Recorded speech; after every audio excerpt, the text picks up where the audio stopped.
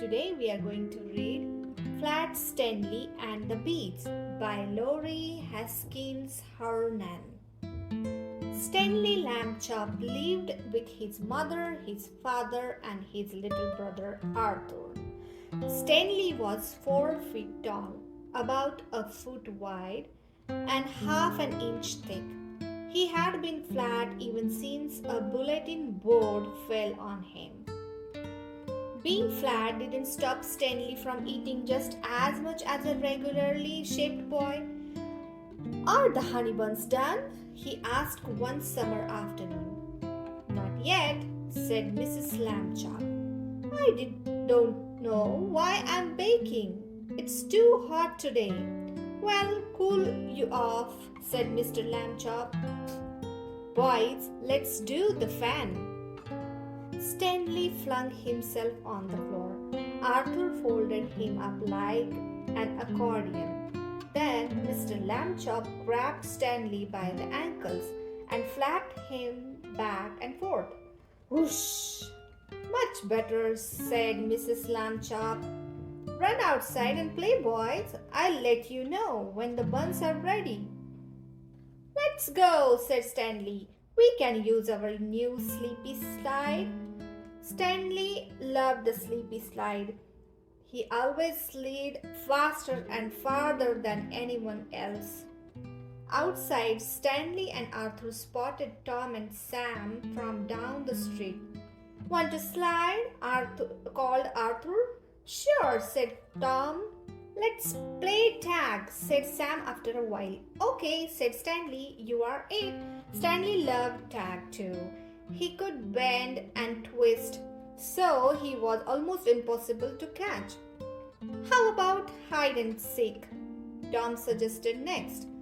That was Stanley's favorite game of all. He fit into the best hiding places. "This is perfect," Stanley thought, curling up inside a tire swing.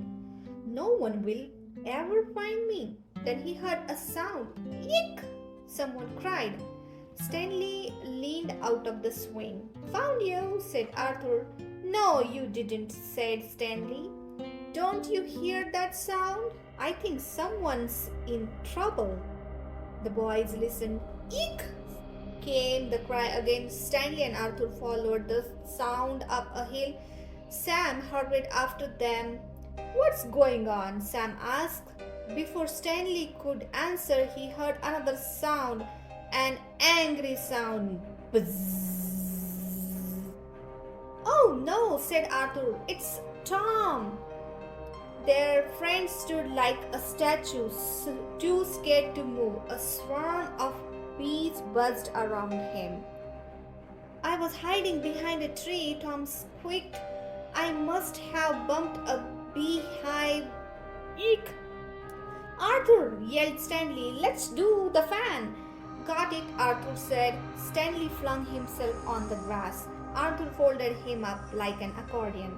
Then Arthur grabbed Stanley by the ankles and tried to flap him up and down, but he couldn't do it. Stanley was too heavy. Sam rushed over to help. "1, 2, 3, flap," Arthur called. Together they fanned Stanley with all their might. Whoosh! The blast of air blew the bees away, but not very far. The boys took off down the hill. The bees came after them. "They are catching up," Tom yelped. Then Stanley saw something. The sleepy slide. Stanley let the others sit on the top of him. Whiz! They sailed along and landed with a wet plop at the Lambchop's back door. The boys raced inside, so did the bees. "Here they come," mourned Arthur. "Eek!" squeaked Tom, but then the swarm swerved. "What? Where?" began Stanley. Then he gasped, "The honey buns!" Sure enough, the sweet, sticky buns were covered in sweet, sticky beads. "Oh dear!" cried Mrs. Lambchop, walking into the kitchen. Then Mrs. Lambchop started to laugh. "It is too hot for warm buns anyway. You know what we need, boys? Ice cream!